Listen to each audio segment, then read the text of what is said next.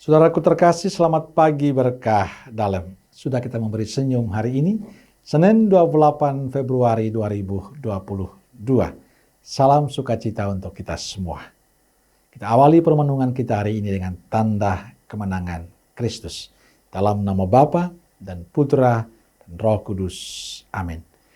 Permenungan kita diambil dari Injil Markus bab 10 ayat 17 sampai 27. Saudaraku terkasih, tema permenungan kita hari ini adalah sikap lepas bebas mengikuti Yesus. Penginjil Markus mengisahkan pada kita tentang seorang pemuda yang datang pada Yesus dan bertanya, "Guru yang baik, apa yang harus aku perbuat untuk memperoleh hidup yang kekal?"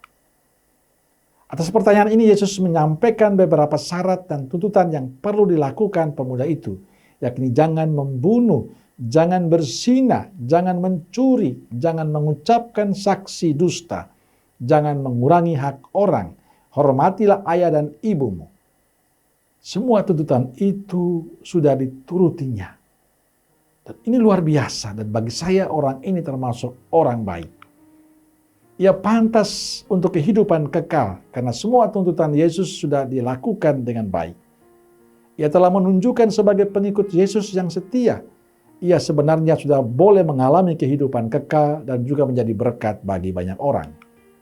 Tapi ada satu yang penting Yesus sampaikan pada orang baik ini. Hanya satu lagi kekuranganmu. Pergilah, jualah apa yang kau miliki dan berikanlah itu kepada orang-orang miskin. Maka engkau akan memperoleh harta di surga.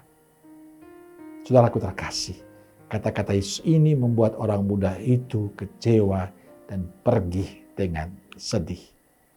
Rupanya tuntutan Yesus ini terlalu mahal harganya bagi dia, sehingga ia tidak sanggup menerimanya dan pulang ke rumahnya dengan sedih. Ia tidak sanggup untuk melepaskan semua kekayaan yang dia miliki. Saudaraku terkasih, lewat kisah pemuda dalam Injil hari ini kita diingatkan bahwa keterikatan yang berlebihan terhadap harta kekayaan mendorong Yesus berterus terang pada para muridnya dan juga pada kita semua bahwa betapa sulitnya orang yang beruang masuk dalam kerajaan Allah. Mengapa demikian? Karena orang kaya, orang yang beruang merasa bahwa dia tidak memerlukan siapapun, termasuk Allah sendiri. Dia merasa diri mampu, bisa untuk apa saja, karena dia punya uang. Inilah masalahnya. Maka syarat yang disampaikan Yesus pada pemuda itu tidak bisa dijalaninya. Karena dia masih terikat pada harta yang dia milikinya. Akibatnya dia tidak bisa memperoleh hidup yang kekal. Saudaraku terkasih, apakah dengan teguran Yesus ini berarti orang tidak perlu menjadi kaya dan punya uang? Saya kira tidak. Yang ditegur Yesus adalah orang yang mendewakan uang dan hartanya. Orang yang melekatkan diri pada kekayaan dan melupakan peran Tuhan. Hidup kita tidak hanya bergantung dari uang. Uang hanyalah salah satu dari cara-cara hidup untuk bahagia. Uang tidak boleh menggantikan tempat Tuhan dalam hidup kita. Saudaraku terkasih, inilah persoalan pemuda yang dikisahkan dalam Injil hari ini.